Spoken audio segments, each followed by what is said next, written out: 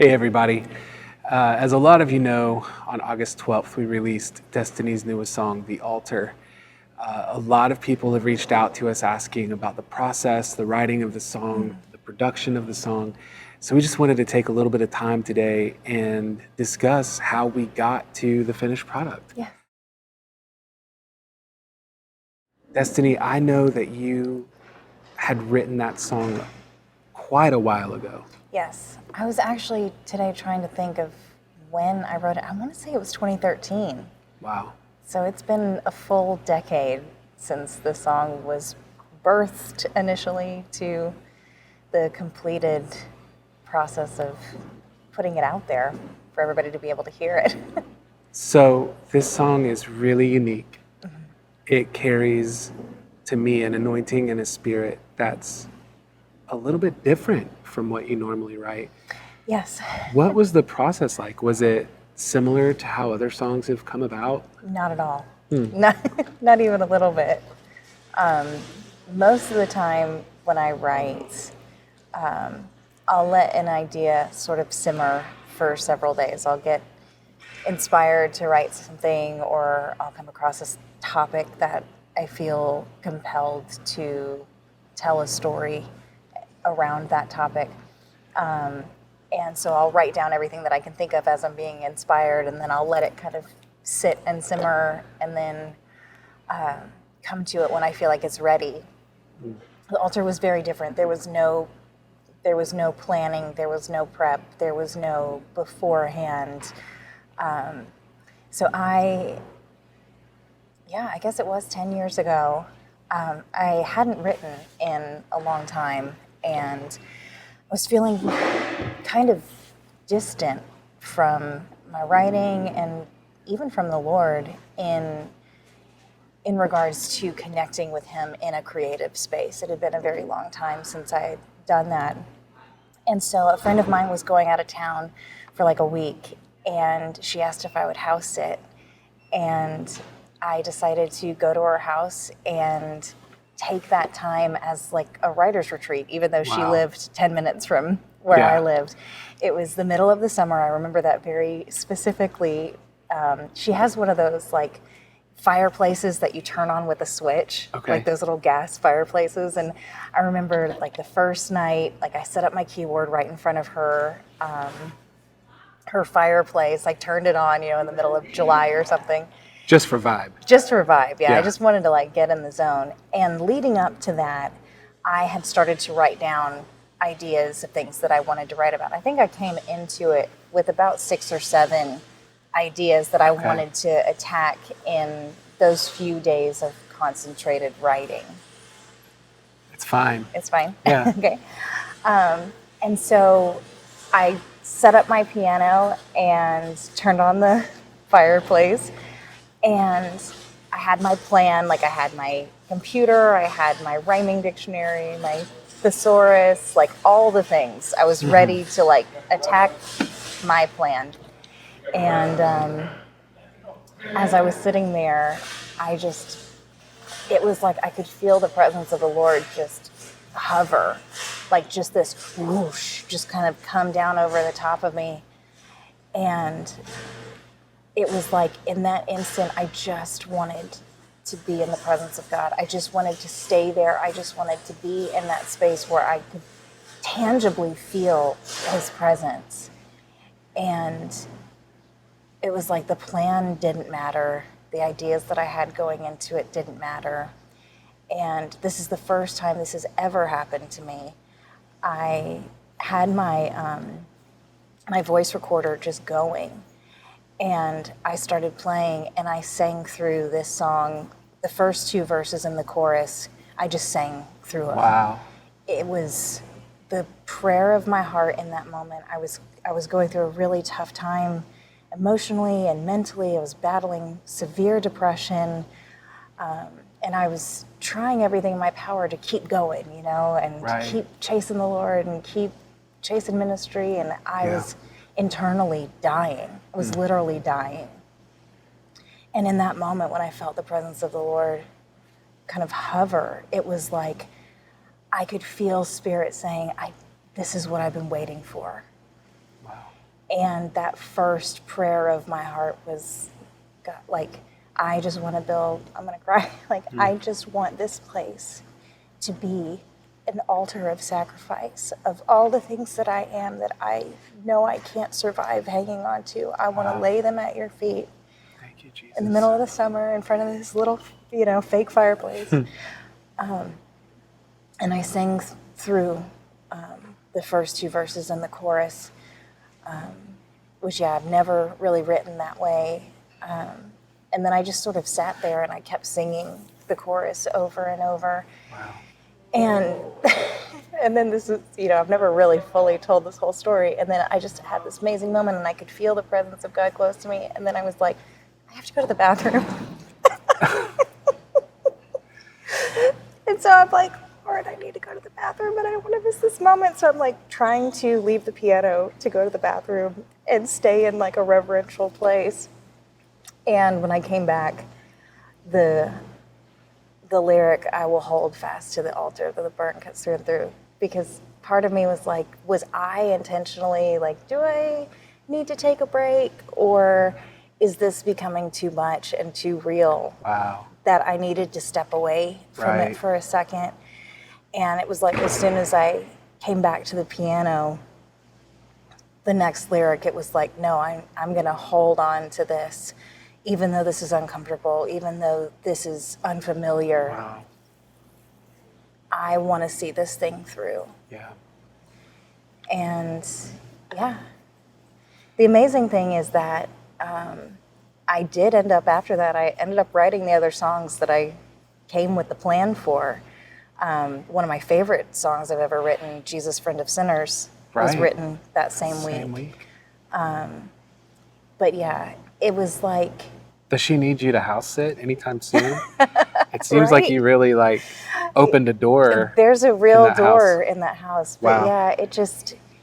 I feel like the Lord was waiting for me there, and the Lord had been waiting for me to meet him in that way. And when I finally made room for him, the song feels more like a gift than anything else. Wow. Isn't that true? Sometimes we go to create something or to write, and it's like we're chiseling away at it, and it's, blood, sweat, and tears. Yes.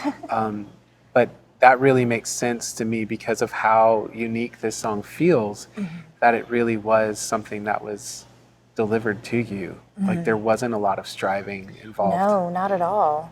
Not at all. And if anything, it's really simple in comparison to other lyrics that I've written. It's very just from the heart. It's almost conversational.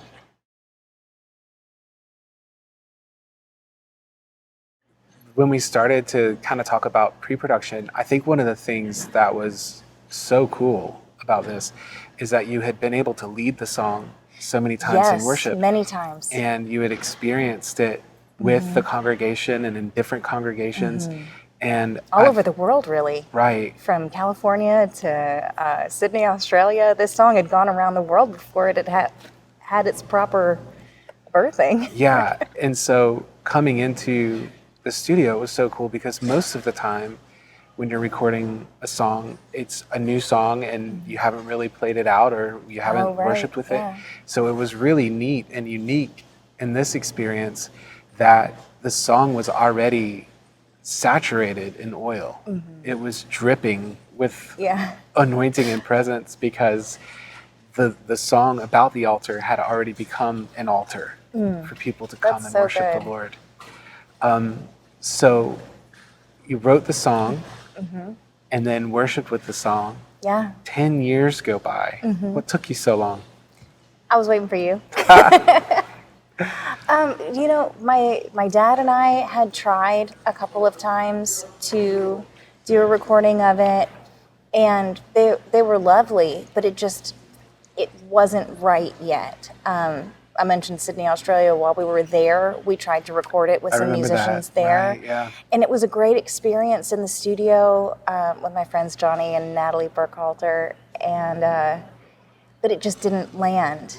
And I think the Lord was working more out in me, even on a sonic level, to working new things in my voice, working new things in the way that I hear, working new things in how do I want to communicate sonically? How do I want my music to sound? Because for years I grew up, singing Southern gospel music, and so it was Southern gospel or contemporary Christian music. Even though I had done an album, around the time that I had written this song, that was such a fun experience with my dad and with other people. But it wasn't about how do I want to sound? How do I want, as an artist, to be heard? It was more about, I have these songs that sit in a very specific world. It was very theatrical, very symphonic, and I wanted to do right by those songs more so than I wanted them to make me an artist. Interesting. And I feel like with the altar, the Lord was also working out what I was meant to be as an artist. Like when you hear this, you're like, that is destiny. And everybody that I've played it for has said, like, the minute I heard it, it was like, this is you, but I've never heard you sound this way. Wow. So I think that length of time was part of the journey of just working more things out in me to be able to deliver it in the way that I'm delivering it now. Wow. Yeah, because no one could have known when you wrote this song what the next 5 years were going to look like. No. And you really have been through the fire. Yeah. I feel like you wrote this song and then you lived this song. And now you're able to minister through this song. Yes. Because you have lived it out. You have gone to the altar and you have faced so many things and overcome so many things that now there's an authority.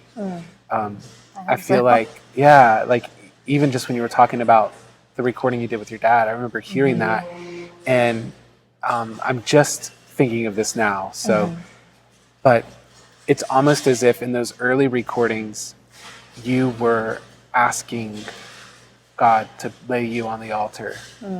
And now it's like you've been on the other side and you're from a place of experience and authority. Yes. You're singing about the power of the altar to change and transform and to burn away. I can still smell the smoke in my hair. So there's ash on me. So, I think you grew into it in a lot of ways. And it's been really amazing to watch you carry that so well. While you were saying that, I was thinking I have this necklace that my dad got me for Christmas this year, and it's like medal of Joan of Arc, and she's always been like a huge inspiration to me. Growing up, I read all the books about her and watched every made-for-TV movie that was about her, and I was just so fascinated by this idea that someone would lay down their life for their faith and would go to battle for their faith. And I remember several years ago, I was at a dinner with some ministry friends, and their 7-year-old daughter came running into the dinner table, and she was sobbing. And she said, "Dad, what are we going to do the day that you get martyred?" And I was kind of shocked. And he then explained, that he traveled the world and ministered and said, there could come a time when I have to die for my faith. And that was something that they communicated regularly in their home. And in thinking about this song, The Altar, and in thinking about the inspiration of the Joan of Arcs and the martyrs who've gone before us, I don't want my death to be the thing that kills me. I would rather be a living martyr who preaches a message of death to flesh and life to Christ. And if something happens in our travels and we end up giving our life for our faith, awesome. But I think, especially growing up, there was a lot of emphasis on martyrdom and the Fox's Book of Martyrs and the Jesus Freak books. Yeah, it was huge when we were kids. That I just thought, I have to die for my faith. I have to die for my faith. And now as an adult, I realize that I get to die for my faith every day. Wow. Every day that I choose to climb back on the altar. Because it's not a one-time experience. Every time I sing this song, every time I listen to it, I check myself Wow. and say, okay, has there been anything that's tried to come back, that's Wow. new issues that have arisen that I need to give to the Lord? You know, it's a daily, like Paul said, I die daily. Right. That's a powerful word, what you just said. You need to remember that. Yeah. That's really, I've never really talked about that. I got like Holy Ghost goosebumps when you were talking about it. So let's talk a little bit about going into the production process. Yeah. So 10 years had passed. We started talking about wanting to produce it or what it could sound like and dreaming into the song together. I remember us talking a lot about kind of Appalachian Yes. influences, digging back into even the roots of the early Dottie songs and Yes. just some of the Yes. instruments, dulcimer and mountain dulcimer, and some of the things that were really kind of roots sounds to your DNA. Tell me a little bit about that and, you know, kind of how you were hearing it before we even started the process. Yeah, I think you just sort of hit the nail on the head. I've always felt that the key to anything that I do is going to be the combination of roots and wings. And it was so important with this song and with the music that we're creating now is that our roots have to be present in the sounds that we're creating, whether it be, you know, tapping into the lateral Rambo side of Kentucky mountain people, or to the McGuire Irish Celtic side. Those influences, you know, my family members that are Native American, like their voices in my life, like those things have to be present as roots for what we're doing to really be authentic and sound like what's going on inside. And it was so important to me for the altar to feel like the mountains, to feel like a place of guts and fight and passion. Yeah, I wanted those fiddles to soar. I wanted that organ present because, you know, growing up, Southern gospel it's music, in the mix. I had to have like, there had to be a fiddle and an organ, and it was an unusual blending of instruments. There had to be harmonies. There had to be rich, thick background vocals that not undergirded the lead vocal, but wrapped around and like we lifted it up together. Right. So there was a lot of roots to pull from that I felt were vital in how this song was going to be portrayed. Yes. And I loved watching, especially the vocal sessions with our little mini choir, watching you arrange those parts and work with them. That was so fun. It was a really, really fun day in the studio. I know when you came to me with this kind of concept and we were talking about all the sounds and things that you wanted to put into it, you know, I just started to think and create a band around what you were describing.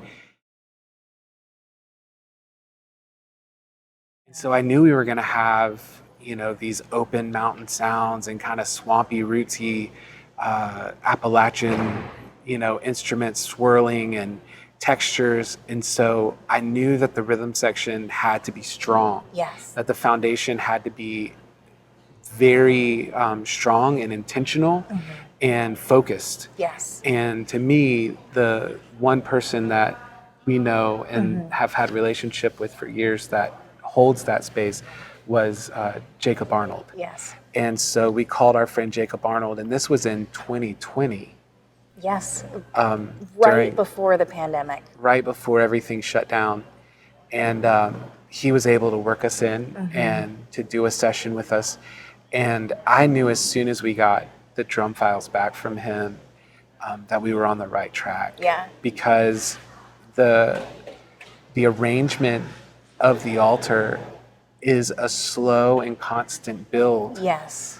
but from the beginning, it can never feel lost Right. or insecure. There has to be that focused pulse and that Yes. strong foundation of rhythm. And his approach was, What was it that he was playing on when verse 2 kicks in? And I think I mentioned, like, I want it to feel like the train has left the station. Like, I want it to feel like, okay, the momentum has really kicked in. Was it the rim that the he rims, was playing? yeah, it sticks on the That, rim. like, rhythmic, like, I'd never heard anything done like that before where it gave so much energy, but on such a subtle wavelength, because Right. it didn't overtake like the drums are in. Right. You know, it was just like we're Well, moving. Well, yeah, But and one of the things that Jacob does so brilliantly is a lot of drummers, when they're doing like, oh, I'm, sticks on some rims or something, it's just straight 16ths without a lot of dynamic. But Yeah. if you listen to what Jacob's doing during that part, there's a natural ebb and flow of that rhythm where it swells in and then kind of fades out and swells in. So there's a constant feeling of movement that's taking place and a constant energy and emotion to what's being played. And so that brings a unique flavor that's really something that only he does. Yeah. And then to complement Jacob on the drums, we asked David Curran to play bass, who, again, just solid as a rock. Yeah. I knew that there was going to be a lot of vocal layers and a lot of instrumentation. And so we needed someone who was going to bring energy and bring a real root tonal sound to the bass, but that wasn't going to create a lot of conflict with, Yeah. adding a lot of melodic movement in the low end that would then kind of Right. box us in later in the process. And David just Oh, just so perfect, so appropriate, really, but really strong. right. There are times it almost feels like he's playing upright with just how much like guts there is to it. Just in the sense that like a bull bass really carries that. I don't know. Yeah, I could hear that. Yeah. Yeah. And so the whole point of the band that I was building was basically to create a foundation in a world for my brother, Luke Skaggs, to come in and do what I know he does best. Yeah.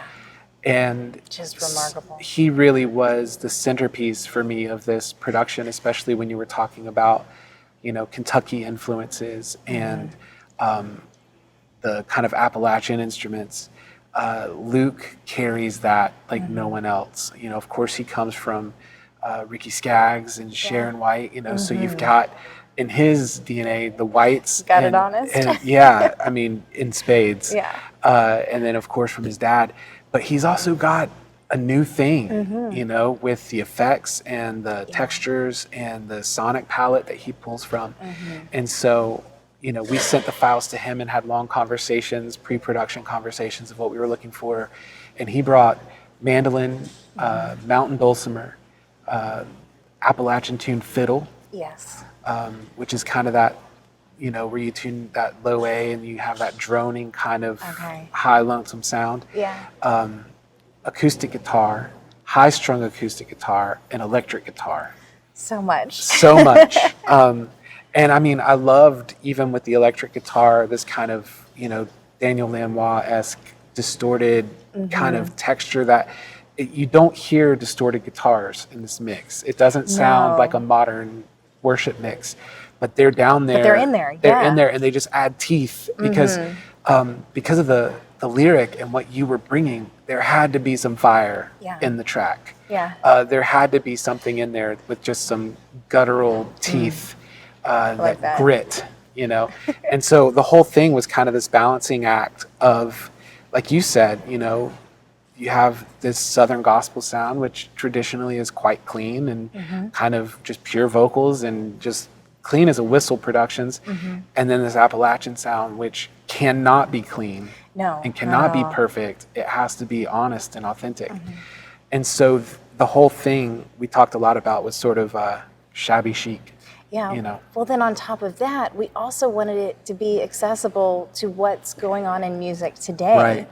We wanted it to not sound so far out of the realm of what other artists are doing in worship And in contemporary Christian music, we wanted it to at least be able to live in the same room, maybe, not on this, the same sonic plane, but we wanted it Like to when be your cousin comes appropriate. to Thanksgiving. Yeah. Like, that's the way I think about what we create. It's like, yeah, you're in the family, but you live in a different part of town. But you're still family. Right. Yeah. So that was a challenge as well. And so then to tie in with, the Southern gospel influences, of course, your dad on piano, which just immediately brings, that like Rambo McGuire kind of sound. And then Mr. Gordon Mote, who, is a hero of mine, an absolute legend, one of the most incredible pianists, organists, just musician. He's a musical genius. He is. And so we were so thankful to get him to play organ on this. When we reached out to him, it was kind of a long shot, and he was so gracious. Well, we actually had talked to him after he played piano on Calvary. That's right. So having him on Calvary kind of opened the door to say, hey, this is really different, but would you be interested in collaborating with us on this song? Yes, and he did so brilliantly. He did, and he brought another level of... He took it to church. He did. He brought the church. He brought that Sunday morning, like coming down to the altar. Yes. Altar. I think everybody else was kind of fire on the mountain altar, and Mr. Gordon Mote, he took us to church. He led us to the altar and burnt it down. He took it to camp meeting or something. Yes, absolutely. And so then once we had the track laid, it came time for your vocal. I have to admit, this was challenging. It was. Because so much time. You had lived with this song for so long. Yeah. It's easy to overthink it. We did 3 vocal days trying to make it happen, and I remember the first one specifically. I felt like I was trying too hard.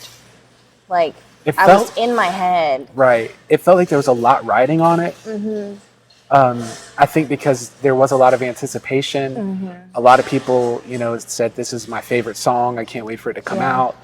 And I didn't want to let them down. Right. Everybody else had done such a great job. I didn't want to be the one that screwed it up. And then you'd had all these experiences with it in worship and high moments and low moments. And so, it did feel like different than any vocal session I've been a part of. Yeah. Where it felt, especially that first one, like there was a lot going on, a lot kind of behind it, a lot of expectation and maybe some pressure. Yeah. Yeah. How did you get through that?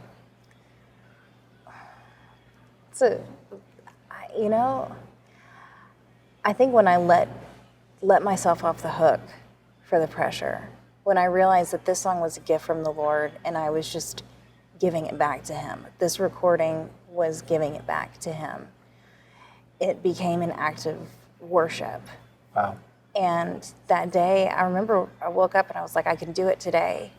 And we just went straight into the studio. I was still in my pajamas, made some tea, and our pup Nora was curled up, she had her head on my foot while I was singing. And it felt like home. It felt like I closed my eyes and I tried my best to feel again what I felt when that cloud of glory fell in Darcy's house. That's awesome. And he met me again there. And I think we did it 2 or 3 times, but that first one was... Yeah, I think we did another take just to have an alternate, but we ended up really just sticking with the first one. Yeah. Because I remember the first time you came in, you were ready to work. Yeah. And it felt like striving. We're both studio people. We both know how to go in and work. And there's certain things we do go in and you just do it until you get it right. Right. I knew there was something on this song that required there to be no sweat involved. Yeah. And so I remember that first time, we had done a couple takes of the verse and we were doing and I was just like, Destiny, I don't think this is right. And you were like, what? Yeah. You're like, this is how we do it. Yeah. We're just working. And I was like, it just doesn't this feel... song isn't the same. It doesn't feel right to approach it in this way. Yeah. But man, I'll never forget that morning when you said, "Okay, I'm ready," and you were down making tea, and I'm just rushing to get everything fired up and get the mic warmed up and get Yeah. ready. And you came in, and I hit record, kind of just thinking it's in the morning. She's going to need a take or two to wake up, Yeah. and you were fully awake. Yeah. It was like the anointing I of the kind of Lord. yelled a little bit in the kitchen to kind Okay. of get old Clementine woke up. Right. But yeah, I just remember from the first line of the first verse, I knew that it was on, and there was no turning back. And Yeah. that's one of those moments where you're like, okay, computer, don't glitch, don't crash, like capture this. Yes, please. Yes. And everything worked out right. And It I did. remember when we got done, I was just like, I think we're good. And I felt like this huge burden lifted. Like in that moment, I felt like I could breathe.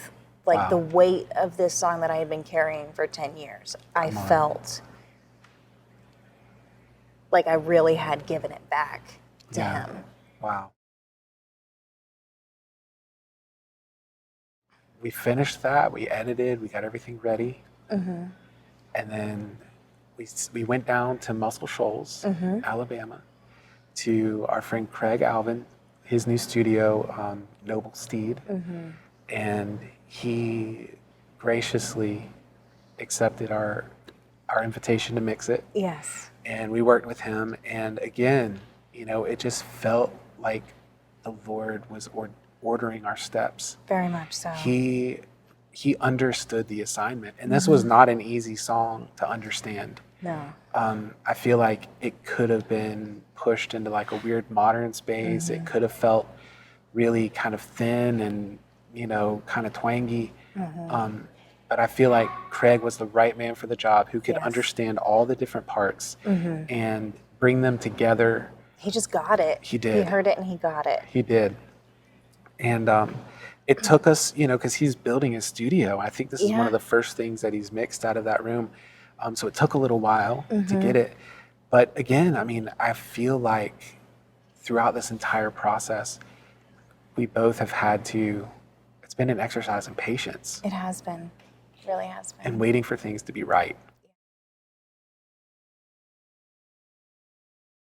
So we get the mix back, and I think there was like a minor revision, like one Yeah. minor thing, like we wanted to just hear the fiddle line at the halfway point of the bridge a little bit more, and then maybe some vocal stuff. Yeah. But there was really not much. He kind of No. nailed it. We got that mix back. We were so excited. It felt like Christmas. It did all feel like over. Christmas. And then sent it off to Drew Levine, the master. Drew and I have been working together since we recorded Josh Baldwin's album. I think that was 2004. Wow. Okay. So, So- almost 20 years. Almost 20 years. Dang. That's a long time. Every project that I've produced, he's the last person to touch it. I love that. And so it's always amazing to just text Drew and say, "Hey, I've got another one coming your way." And he's Yeah. like, "Send it over, bro. Let's do do it." this." He's always super encouraging. Very much so. Like huge help. So he's been with me since day one. And I didn't realize it had been almost 20 years. yeah, I don't like to talk about it. It makes me feel old. It makes me feel a little bit old. I was 10 the first project I produced. Yes. No. Just we children.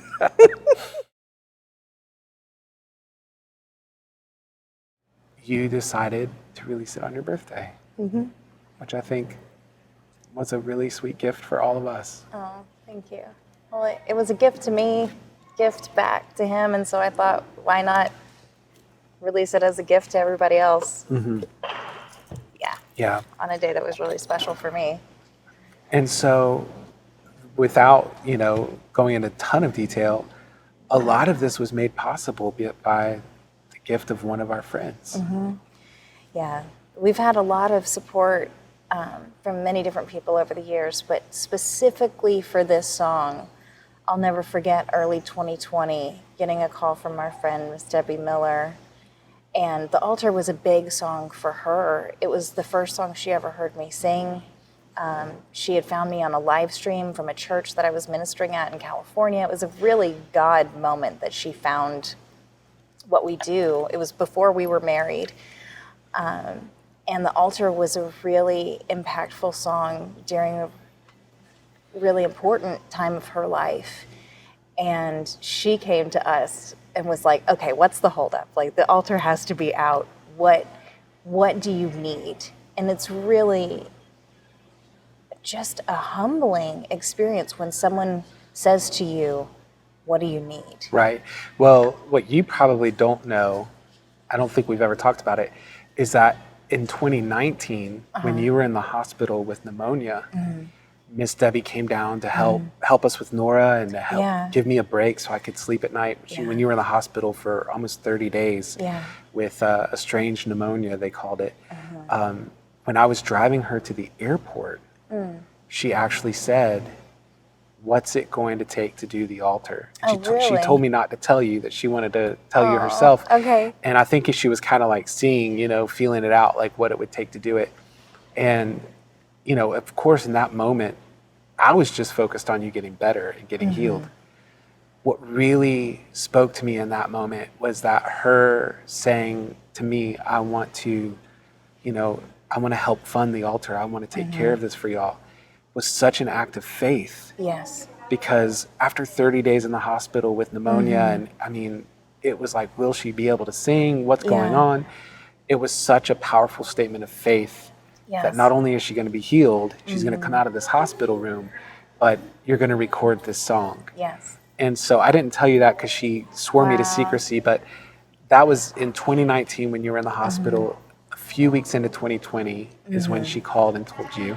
Okay. And so it really was a testimony of faith that in that moment the Lord spoke to her and put it on her heart to help us produce this song. And it was a real sacrifice for her. I'm sure she might get on to me for saying this, but we've done projects. I've been a part of projects that had financial backers, and they were usually very wealthy people who wanted to serve the ministry in the way that they could. She is a semi-retired nurse who runs a cat rescue in West Virginia. Right. It was a real act of faith on her part to link up with us in that regard. And I recognize what a sacrifice it was for her. Yeah. To join up with us and to help us really make this happen. Yes. And I think for all of us, because you and I are DIY, it's just you, me, and Jesus. It is. And everything we do, from graphics to our website to the music we produce to Videos, the live all of streams, it, everything is us. And with the help of Google and YouTube, figuring out how to do stuff. It's amazing what God can do, even if all you have is a little. When you hand it over to Him, He takes it, blesses it, multiplies it, and uses it to feed His people. I think a lot about the little boy with the basket, a couple fish and a couple loaves. And Jesus took that and used it to feed the multitudes. I believe that's what He's doing with us. That's what He did, with Miss Debbie's sacrifice. We take this little bit that we have and we overcome the instinct to hold on to our little. Right. We hand over to God our little, and He blesses it and He multiplies it, and He does so much through it. When we first started the live stream ministry, it was you, me, an iPhone, and a couple of clamp-on work lights from the garage. Yep. And all of a sudden, tens of thousands of people are joining us in our worship room on Tuesday nights. And the testimonies start coming in of what God is doing. And you just realize over and over again the testimony that God will take the little bit you have and He will use it to bless and minister and feed His people. And I'm just so thankful that 10 years ago you accepted the invitation to go into that house and not just house sit and not just have a break from your parents and you were living with them at the time, and not just have like a weekend off to go watch movies and chill, that you took the invitation and you sat at that piano and you opened your heart up to the Lord and you said, I may not have a lot to offer right now. Yeah. I'm pretty broken myself in this moment. But Yeah. what I have, I'm going to give to you today. Yeah. And you opened your heart for him to bless that little and Yeah. pour it back out on you in such a mighty way. It felt very reminiscent to, in hearing you say that, I was thinking of the story of the prophet and the widow of, is it Zarephath? I don't know how it's pronounced, but Oh, I don't speak good Hebrew, I'll tell you no. that. But when the prophet came to her and the Lord told him to ask her for something to eat, and she said, all I have is this little bit of oil and a little bit of cornmeal, and my son and I are going to make a cake, eat it, and die. Yeah. That's kind of what I felt like. Wow. Like, I have this little bit of oil, a little bit of meal. I'm going to make a cake, and this is the end. Wow.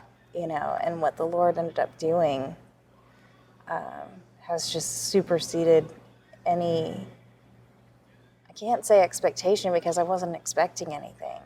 Yeah. It's just, it's been a continuous wave of surprises. Wow. Well, thank you so much. Thank you. This Thank has you been for doing fun. it. I love that we came here. Yeah. Yeah, it's been really special. I like hanging out with you. I like hanging out with you. Thank you for hanging out with us. Yeah, thank you. We hope that this kind of shared a little bit of our heart and what went into the song and the process of bringing it to you. And our prayer really is that this song would create an altar for you to connect with the Lord, to feel the warmth of his flame, and to know that on the other side of the cross, there is a resurrection. Yes, there is. And there is a place of transformation and healing and restoration. And so we do hope that this song blesses you, that it encourages you in your faith and creates a door for you to experience the life of God. Yes. So I'll tell you, on this side of it, it's so much better. It's just so much better. True. I don't know why I waited so long. I don't know why I fought it for so long. Because this side, it's just better. It really is. It is. Thank you so much for joining us. Thank you.